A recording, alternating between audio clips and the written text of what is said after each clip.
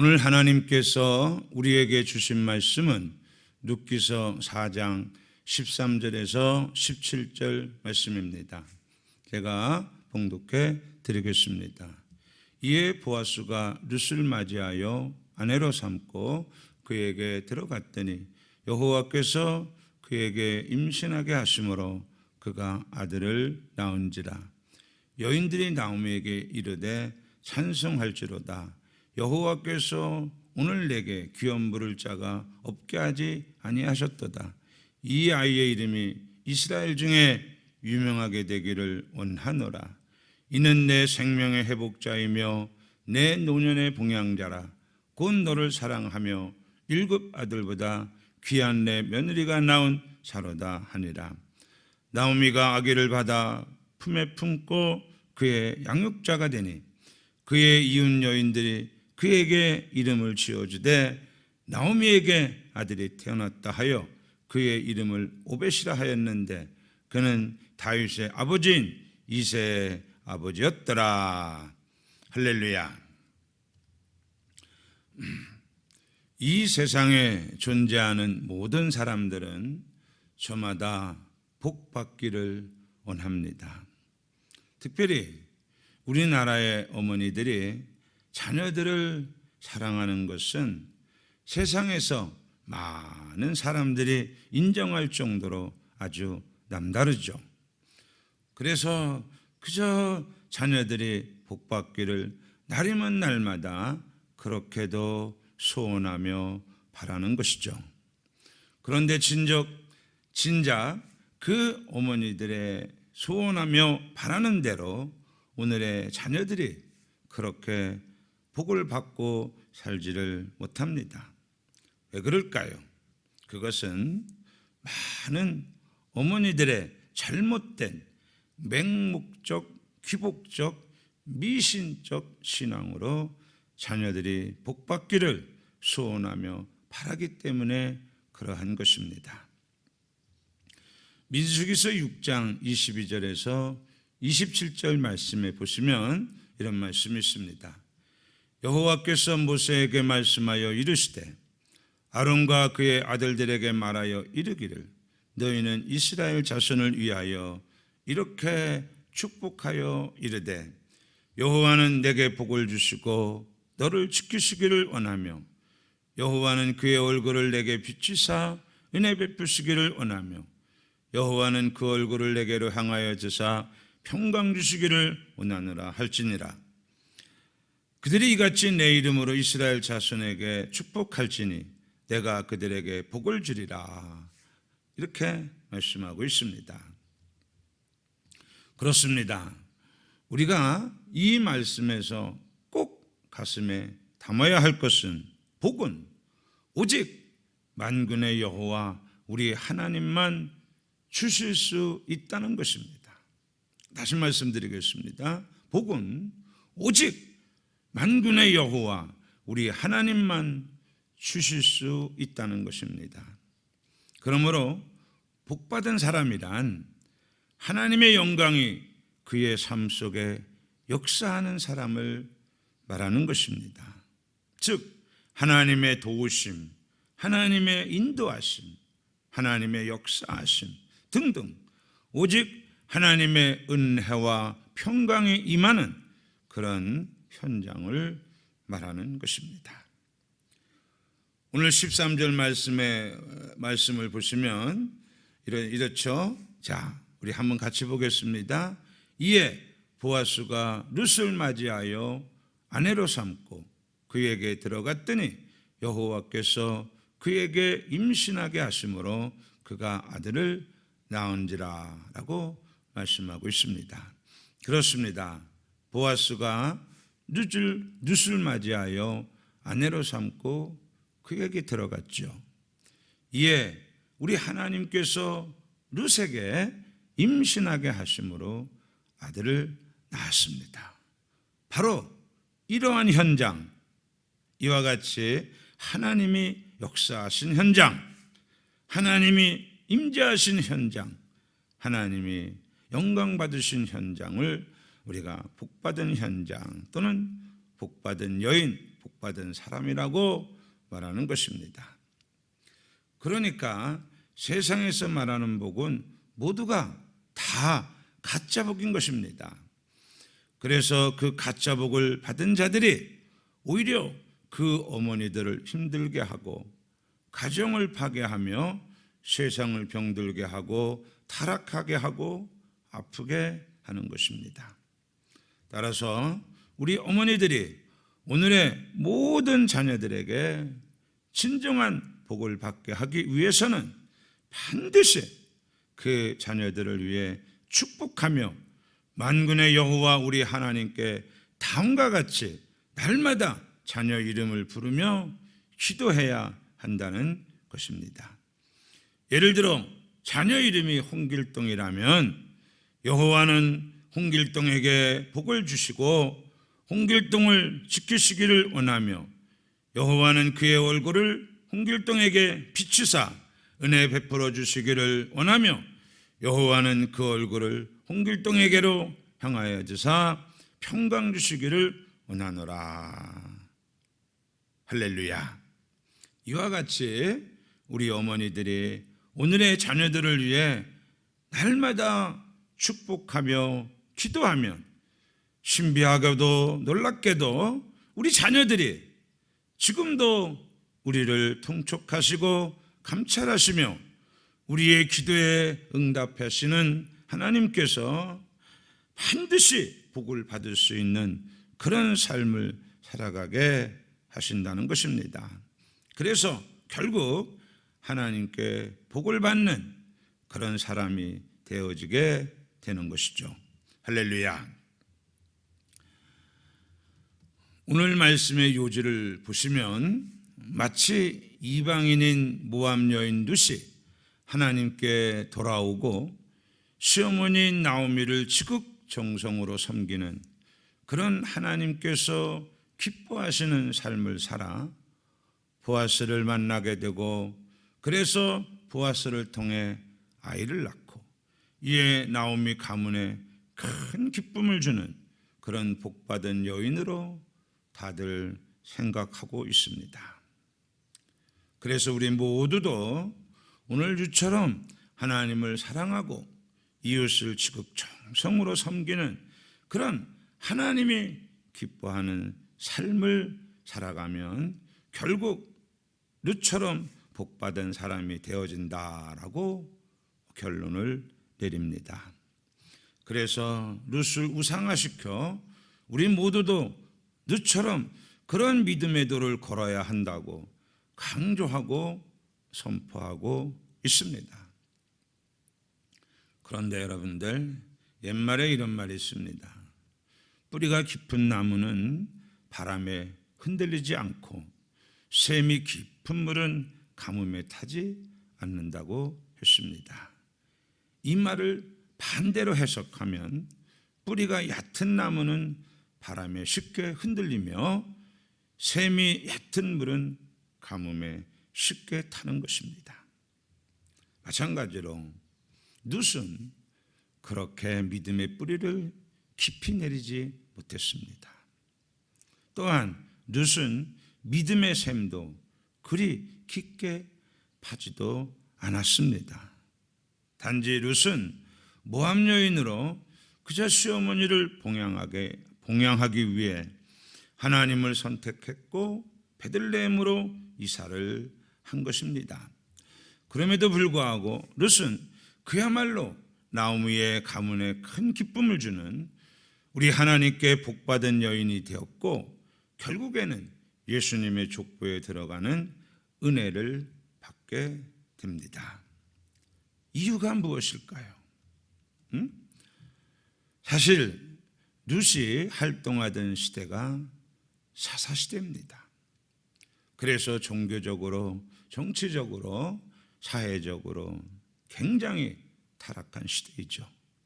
그런데 이와 같이 종교적으로, 정치적으로, 사회적으로 굉장히 타락한 시대에는 반드시 영적으로, 생활적으로, 도덕적으로 큰 흉년이 옵니다. 자, 우리 룻기서 1장 1절 말씀을 우리 한번 보겠습니다. 사사들이 치리하던 때 그 땅에 흉년이 드니라. 유다 베들레헴의 한 사람이 그의 아내와 두 아들을 데리고 모압 지방으로 가서 거류하였는데 라고 말씀하고 있습니다. 그렇습니다. 사사시대에 유대 땅 베들레헴에 큰 흉년이 들었습니다. 그래서 나오미 가정이 유다 베들레헴을 떠나 모압 지방으로 이사를 가게 되죠. 이는 나오미 가정이 하나님과 교회를 떠나 우상과 세상으로 나아갔다는 그런 의미로도 해석이 됩니다. 그 결과 나오미의 남편과 두 아들이 병들어 죽게 되고 나오미와 두 며느리는 그야말로 끈떨어진 연이 되고 만 것이죠. 여러분들, 그러나 감사한 것은 나오미는 하나님의 은혜를 망각하지 않았다는 것입니다. 다시 말하면 나오미는 은혜 가운데 그 믿음의 뿌리를 깊이 내렸고 믿음의 샘을 깊이 판 그런 기도의 능력의 백성이었다는 것입니다. 그래서 어려운 환경 속에서도 기도했고, 그래서 하나님이 주시는 힘을 얻어 회개하고 다시 베들레헴으로 돌아왔습니다. 그리고 그 회개의 열매로 하나님께서 룻을 믿음의 자녀로 허락해 주신 것입니다. 따라서 나오미는 믿음의 자녀인 룻에 대한 축복 기도를 결코 멈추지 않았던 것입니다. 여호와는 룻에게 복을 주시고 룻을 지키시기를 원하며 여호와는 그의 얼굴을 룻에게 비추사 은혜 베푸시기를 원하며 여호와는 그 얼굴을 룻에게로 향하여 드사 평강 주시기를 원하노라. 그래서 결국 룻은 만군의 여호와 우리 하나님께 복을 받은 그런 믿음의 여인이 된 것입니다. 여러분들, 룻기서 2장 1절에서 3절 말씀 우리 한번 같이 보겠습니다. 나오미의 남편 엘리멜렉의 친족으로 유력한 자가 있으니 그의 이름은 보아스더라. 모압 여인 룻이 나오미에게 이르되 원하건대 내가 밭으로 가서 내가 누구에게 은혜를 입으면 그를 따라서 이삭을 주겠나이다 하니 나오미가 그에게 이르되 내 따라 갈지어다 하며 룻이 가서 베는 자를 따라 밭에서 이삭을 줍는데 우연히 엘리멜렉의 친족 보아스에게 속한 밭에 이르렀더라. 이렇게 말씀하고 있습니다. 그렇습니다. 나오미는 믿음의 딸인 룻을 위해 힘써 기도했습니다. 그런데 그 기도 중에 룻이 살아가는 데 있어서 사랑하며 의지하며 기댈 수 있는 남편감을 위해서도 간절히 기도했습니다. 그런데 그 기도하는 가운데 그 남편감이 바로 보아스임을 알았고 그리고 믿었던 것입니다. 그렇게 믿고 기도하는 나오미에게 어느 날 믿음의 딸인 룻이 밭에 가서 이삭을 주워오겠다는 것입니다. 레위기 19장의 말씀에 보시면 너희가 너희의 밭에서 곡식을 거둘 때 너는 밭 모퉁이까지 다 거두지 말고 내 떨어진 이삭도 줍지 말며 내 포도원 열매를 다 따지 말며 내 포도원에 떨어진 열매도 줍지 말며 가난한 사람과 거류민을 위하여 버려두라. 나는 너희의 하나님 여호와라. 이렇게 말씀하고 있습니다. 따라서 이스라엘 백성들은 가난한 자들의 생계를 돕기 위해 곡식을 추수할 때 반드시 이삭을 흘리거나 곡식단을 조금 남겨둡니다. 그러나 당시에는 사사시대이기 때문에 주의 백성들이 하나님의 말씀을 가슴에 담지 않았습니다. 그래서 하나님의 말씀에 불순종하는 그런 삶을 일삼았죠. 더불어 당시에는 나라와 백성들의 경제도 아주 좋지 않은 상황이었습니다. 그런 여러 가지 이유로 약자를 위한 하나님의 율법이 온전히 지켜지지 않았던 그런 시대가 바로 사사시대입니다.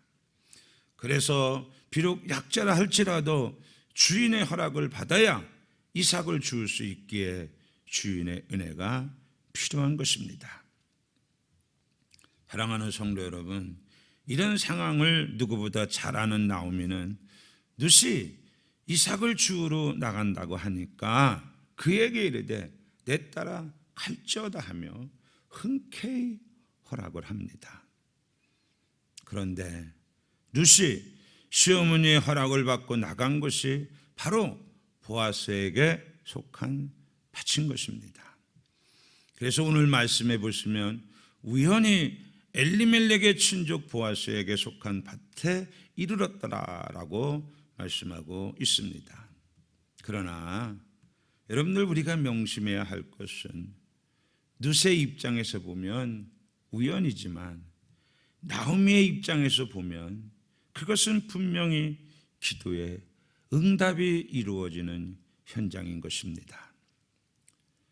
사랑하는 성도 여러분, 제가 여러분들에게 항상 강조하는 것은 성경을 보실 때 본질과 현상을 파악할 수 있는 그런 성령님의 지혜와 총명을 먼저 구하라 라고 아주 신신당부를 하지 않습니까? 왜냐하면 성경에 보시면 때때로 본질의 말씀은 가려지고 현상에 대한 말씀만 풍성한 일종의 모양새의 말씀이 너무나 많기 때문에 그러한 것입니다. 모양새라는 말은 현상이라는 뜻이죠.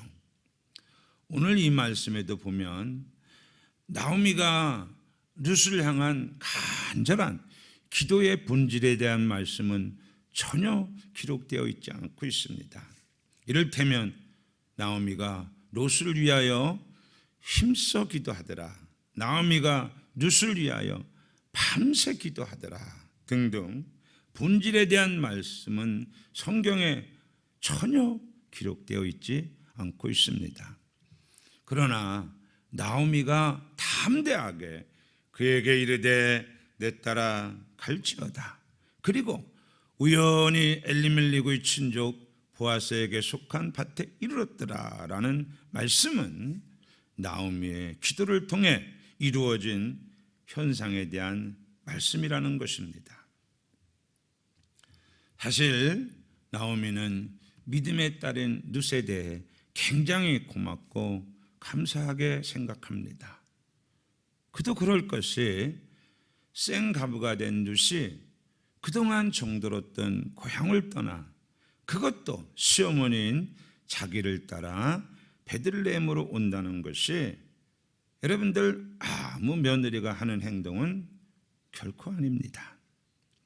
그렇게 귀하고도 감사한 믿음의 딸인 룻을 그야말로 태양이 창렬하는 한낮에, 그것도 인정이 팍팍하고 타락한 시대에 불이삭을 주어오라고 쉽게 허락할 수는 없는 것입니다. 여러분들 같으면 그러겠어요? 예? 정말 사랑하는 자녀, 사랑하는 믿음의 딸이 그 태양빛에서, 그것도 아주 인정이 팍팍하고 그리고 타락한 시대에 우리 이삭을 주어오라, 그렇게 내보내겠어요? 그렇게 할 수가 없죠. 그러나 나오미는 기다렸다는 듯이 불이 이삭을 주어오겠다는 룻의 요청을 흔쾌히 허락하는 것입니다. 왜냐하면 룻이 불이 이삭을 줍기 위해 밭으로 나가야 결국 보아스를 만나기 때문에 그러한 것입니다. 그것이 곧 기도 제목의 응답이기 때문에 그러한 것이죠. 자, 룻기서 3장 1절 말씀을 우리 한번 같이 보겠습니다. 누세 시어머니 나오미가 그에게 이르되 내 딸아 내가 너를 위하여 안식할 곳을 구하여 너를 복되게 하여야 하지 않겠느냐 이렇게 말씀하고 있습니다. 그렇습니다. 나오미는 그동안 믿음의 딸인 룻이 안식할 곳을 위하여 간절히 기도했습니다. 이에 하나님의 역사하심을 통해 룻이 보아스를 만나게 되고 보아스는 룻에게 남다른 애정을 베풉니다. 자, 룻기서 2장 8절에서 9절 말씀 보겠습니다. 보아스가 룻에게 이르되 내 딸아 들으라. 이삭을 주우러 다른 밭으로 가지 말며 여기서 떠나지 말고 나의 소녀들과 함께 있으라. 그들이 베는 밭을 보고 그들을 따르라. 내가 그 소년들에게 명령하여 너를 건드리지 말라 하였느니라. 목이 마르거든 그릇에 가서 소년들이 길러온 것을 마실지니라 하는지라. 이렇게 말씀하고 있습니다. 그렇습니다. 믿음의 딸인 룻을 향한 나오미의 간절한 축복 기도의 역사로 말미암아 하나님께서 이미 보아스의 마음을 만져주셨습니다. 하나님이 보아스의 마음에 역사하신 것이죠. 그래서 보아스는 룻을 이방 여인으로 취급하지 않고 마치 자신의 딸처럼 그렇게 귀하고 복되게 여깁니다. 뿐만 아니라 보아스는 룻에 대해 분에 넘치고 도에 지나친 친절과 사랑을 베풉니다. 자, 룻기서 2장 14절에서 16절 말씀 보겠습니다. 식사할 때 보아스가 룻에게 이르되 이리로 와서 떡을 먹으며 내 떡 조각을 초에 찍으라 하므로 룻이 곡식 빼는 자 곁에 앉으니 그가 볶은 곡식을 주매 룻이 배불리 먹고 남았더라. 룻이 이삭을 주우러 일어날 때 보아스가 자기 소년들에게 명령하여 이르되 그에게 곡식단 사이에서 춥게 하고 책망하지 말며 또 그를 위하여 곡식 다발을 조금씩 뽑아서 그에게 춥게 하고 꾸짖지 말라 하니라. 이렇게 말씀하고 있습니다. 그렇습니다, 여러분들.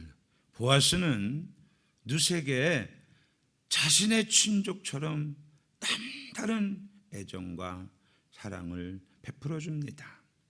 이에 나오미는 그런 보아스의 남다른 행동이 곧 하나님께서 룻을 향해 예비하신 안식처임을 금방 알게 됩니다. 왜냐하면 그것이 믿음의 딸인 룻을 향한 나오미의 가장 큰 기도 제목이었기 때문에 그러한 것이죠. 그래서 나오미는 룻과 보아스가 서로 결혼할 수 있는 모든 여건들을 마련합니다. 그 결과 오늘 말씀처럼 룻이 하나님께 복을 받은 그런 사람이 되어지는 것이죠. 할렐루야. 사랑하는 성도 여러분, 룻기서 1장 16절에서 17절 말씀에 보시면 이런 말씀이 있습니다. 룻이 이르되 내게 어머니를 떠나며 어머니를 따르지 말고 돌아가라 강건하지 마옵소서. 어머니께서 가시는 곳에 나도 가고 어머니께서 머무시는 곳에서 나도 머물겠나이다. 어머니의 백성이 나의 백성이 되고 어머니 하나님이 나의 하나님이 되시리니 어머니께서 죽으시는 곳에서 나도 죽어 거기 묻힐 것이라. 만일 내가 죽는 일 위에 어머니를 떠나면 여호와께서 내게 벌을 내리시고 더 내리시기를 원하나이다 하는지라. 이렇게 말씀하고 있습니다. 그렇습니다, 여러분들. 룻이 나오미의 축복 기도를 통해 하나님께 복을 받은 것은 룻 자신도 하나님께 회개하고 돌아왔기 때문에 가능한 것입니다. 그리고 참으로 그 인생이 외롭고 쓸쓸하게 보내야만 하는, 그것도 시어머니인 나오미를 위해 룻이 진정으로 사랑하는 희생과 섬김의 삶의 여정을 단호하게 선택했기 때문에 그러한 것이죠. 더불어 룻은 시어머니인 나오미를 진정으로 사랑하는 희생과 섬김의 삶을 묵묵히 실천했습니다. 사실 모압 여인 룻이 생가부가 되어 본토 친척 아비집을 떠나 시어머니를 따라 시어머니를 섬기기 위해 베들레헴으로 온다는 것은 그 누가 봐도 쉽게 결정 내릴 수 있는 상황은 결코 아니죠. 자, 그럼에도 불구하고 룻은 단호하게 하나님과 어머님 그리고 이스라엘을 선택했습니다. 더불어 룻은 시어머니인 나오미를 진정으로 사랑하는 희생과 섬김의 삶을 묵묵히 살아나갔습니다. 여러분들 룻기서 2장 12절 말씀을 한번 보겠습니다. 여호와께서 내가 행한 일을 보답하기를 원하며 이스라엘의 하나님 여호와께서 그의 날개 아래의 보호를 받으러 온 내게 온전한 상 주시기를 원하노라 하는지라, 이렇게 말씀하고 있습니다. 그렇습니다. 옛말에 발 없는 말이 천리를 간다고 했습니다. 룻이 단호하게 하나님과 어머니를 따른 선한 믿음의 선택, 그리고 시어머니인 나오미를 진정으로 사랑하는 희생과 섬김의 삶을 묵묵히 실천하는 삶의 모습들이 이내 베들레헴 장안에 확 퍼졌던 것입니다. 더불어 하나님의 섭리 가운데 룻을 책임져야 할 보아스가 진정성 있는 룻의 삶의 모습을 보고 감동을 받게 됩니다. 그래서 그야말로 우리 하나님께 큰 마음과 사랑을 듬뿍 담아 룻을 위하여 간절히 축복 기도를 합니다. 로마서 8장 28절 말씀에 보시면 이런 말씀이 있습니다. 우리가 알거니와 하나님을 사랑하는 자 곧 그의 뜻대로 부르심을 입은 자들에게는 모든 것이 합력하여 선을 이루느니라, 이렇게 말씀하고 있습니다. 그렇습니다. 하나님을 사랑하는 자 곧 그 뜻대로 부르심을 입은 자들에게는 모든 것이 합력하여 선을 이루게 되어 있습니다. 그러므로 오늘 룻이 복받은 여인이 된 것은 먼저 그것이 하나님의 선하신 계획이라는 것입니다. 그리고 여기에 나오미의 회개와 축복 기도의 역사, 룻의 믿음의 선택과 실천적 희생과 섬김의 삶, 그리고 보아스의 감화 감동의 축복 기도 등이 합력하여 손이 된 현장이 바로 오늘 말씀의 현장인 것이죠. 사사기 17장 6절 말씀에 보면 이런 말씀이 있습니다. 그때 이스라엘 왕이 없었으므로 사람마다 자기 소견에 옳은 대로 행하였더라, 이렇게 말씀하고 있습니다. 그렇습니다. 여러분들, 사사시대의 특징은 사람마다 자기 소견에 옳은 대로 행하는 것입니다. 그러니까 합력하여 선을 이룬다는 것은 그 시대에 있을 수 없는 내용이었습니다. 옛말에 사공이 많으면 배가 산으로 간다고 했습니다. 무슨 말입니까? 사공이 많으면 배가 바르게 제 갈 길을 못 간다는 뜻입니다. 마찬가지로 사사시대에도 사람마다 자기 소견에 옳은 대로 행하였기 때문에 정치, 경제, 사회, 문화 그리고 종교가 그 길을 잃어버려 혼란과 암흑의 시대가 되어버리고 만 것이죠. 그러다 보니 하나님을 의지하기보다는 자기를 의지했고 하나님께 기도하기보다는 우상 앞에 무릎을 꿇고 여호와를 경외하기보다는 세상을 더 좋아했고 더 의지했습니다. 그러니까 결국 하나님의 복을 받지 못하는 천하에 아무것도 없는 그런 고와 같이 참된 길로 인도함을 받지 못하는 것입니다. 그래서 결국 불행한 민족과 백성들이 되고 만 것이죠. 이런 참담한 시대에 눕기서는 당시의 백성들에게 뿐만 아니라 오고 오는 모든 사람들에게 다음과 같이 말씀하고 있습니다. 주의 백성들을 향하신 하나님의 계획은 언제나 선하시고 인자하시다고.